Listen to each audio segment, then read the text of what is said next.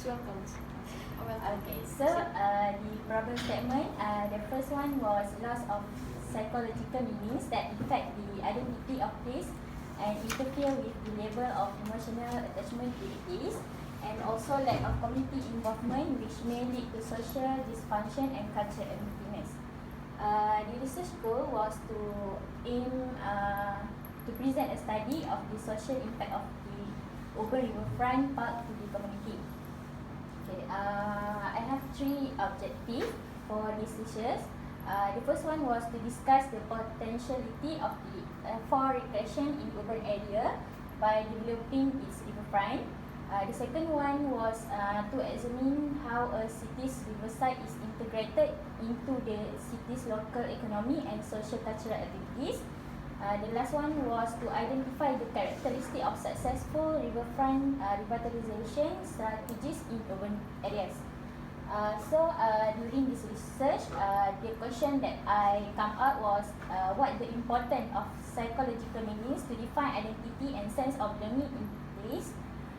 What element sustainable riverfront development will be most effective for the socio-economic revitalization of urban area, and also what the principle and guideline to follow for good riverfront development. Okay, so for scope of study, I will cover more on culture and also the principle for riverfront development. The culture, as we know, it more related to the community itself, which is local people and public place, local food, and just with the water, more to economic activities, panoramic views and landmark, community culture and activities, and also the symbol of riverfront to the community itself. For the principle, as you can see, the feature riverfront as the front door showcase the river's story, and just with the water, connect seamlessly along the riverfront and into neighborhoods, employ high quality architectural materials and sustainable engineering practice, repair and enhance the environment, activate the riverfront, and also limit obstacles and connect to the river. Okay, I also mentioned on elements of successful riverfront development. This I get from the literature review I get for Malaysia. So the function, environmental approval, public perception of need, and also public perception of need. Okay, so for the research methodology, I have 4 stages. Which is the first one was problem statement. It highlight on background studies, aim and also objective. The second stage was literature review that can help me to define the problem statement and also the scope of study that I will come in my research. So this stage 3 was data collection. For primary data, site assessment, interview or questionnaire, and also photograph of the site, inventory analysis and synthesis, mapping, SWOT, and also discussion.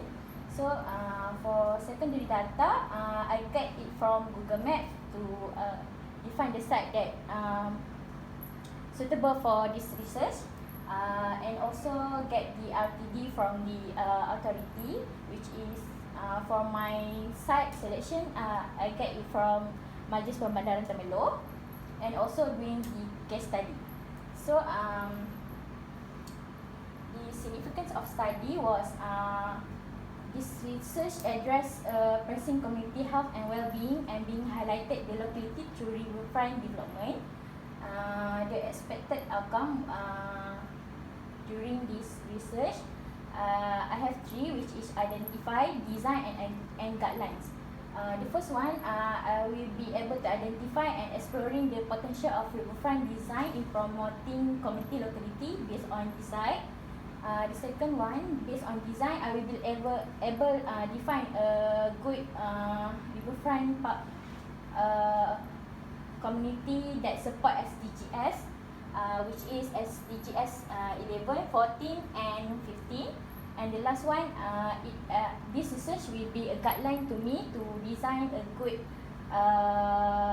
riverfront design. Okay, so for the literature review, I got 3 that related to my topic, which is the topic 1 was university recreational interaction.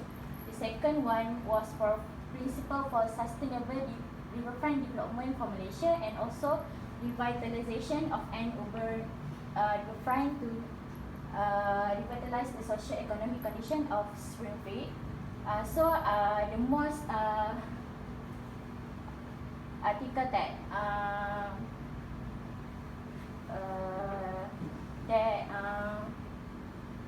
berkait lebih dengan saya punya research is the third one, because the issue of problem statement was lack of interesting design can make the spaces monotonous, which can make them socially dysfunctional and culturally blank, and also unhealthy, unstable environment within the existing socio-economic system.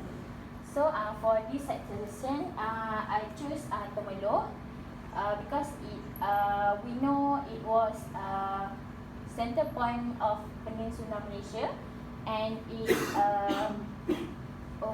my site was more focused on Bandar Lama Temelloh, which is dia lebih relate dengan Sungai Bahang tu sendiri, and it also popular as catfish town. Okay, so the site potential was sorry to interrupt.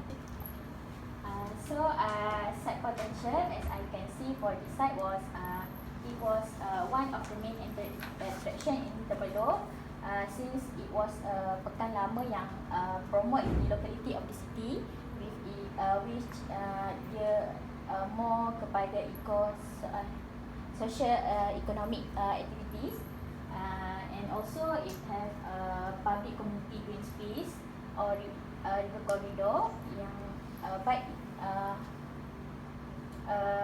This was the main attraction during the weekend. People can go, and also it a So as I mentioned before, the site was a strategic and popular location as a catfish farming area to generate the population's economy and promote local identity of the town. Okay, so this one, the first one was strength, which is strategic site location as locality symbols of Bandar Temelloh, and also reach of local community activities in terms of economics.